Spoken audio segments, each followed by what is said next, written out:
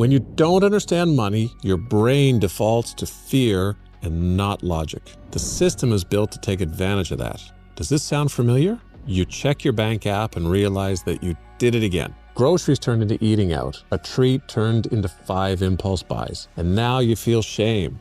You think, I should be better with money. What you don't know is that you're behaving exactly as the system expects you to. Welcome to Behavioral Finance 101. And here's what the science says. You're more afraid of losing money than you are excited to gain it. And that's why banks offer quick loans and credit lines right when your balance is low. You'll do anything to avoid that sinking feeling, even if it costs you more later. You treat money differently depending on where it comes from. That's why cashback and reward points work so well. They don't feel like real money, so you're more likely to spend them carelessly and keep the cycle going.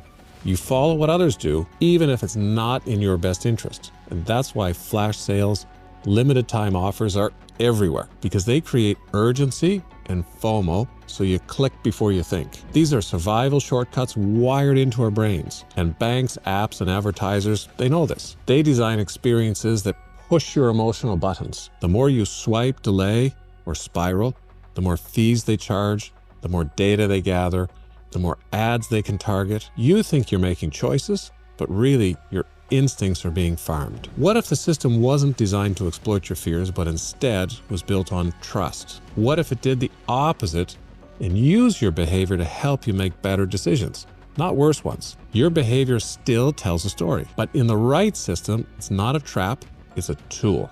Imagine a system that knows you're loss adverse, so instead of selling you panic loans, it helps you build buffers before the dip. A system that sees your pattern, not to trick you into spending, but to reward your consistency without debate. One that notices trends, not to trigger your FOMO, but to show you exactly what actually works for people like you.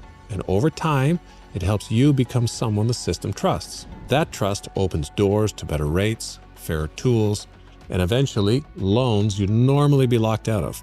Not because you had more money, but because your actions showed you were ready.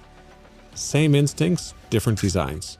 Follow me to learn more about the future of your money.